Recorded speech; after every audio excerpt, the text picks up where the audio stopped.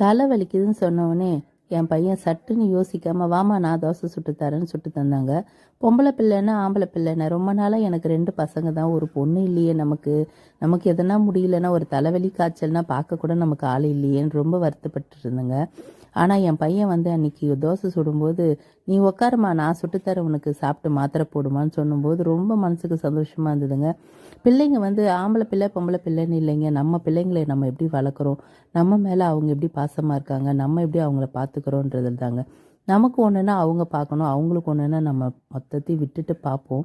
அது நமக்கே தெரியும். பெற்றவங்களுக்கே உரிய கடமைன்னு அது நினச்சாலும் பிள்ளைங்க பெற்றவங்களை பார்க்குறதும் நம்மளோட கடமை, நம்மளோட பொறுப்புன்னு அதை நினைக்க வைக்கணுங்க. அது சின்ன வயசுலேருந்தே பிள்ளைங்களுக்கு நம்ம கொடுத்து வளர்க்கணும். அந்த மரியாதையும் நம்ம காப்பாற்றிக்கணுங்க. என் பிள்ளைகிட்ட தோசை ஒன்று வச்சுட்டு இன்னொன்று எப்போப்பானா 2 மினிட்ஸ் அப்படின்னு சொல்லி திரும்பி சொன்னாங்க.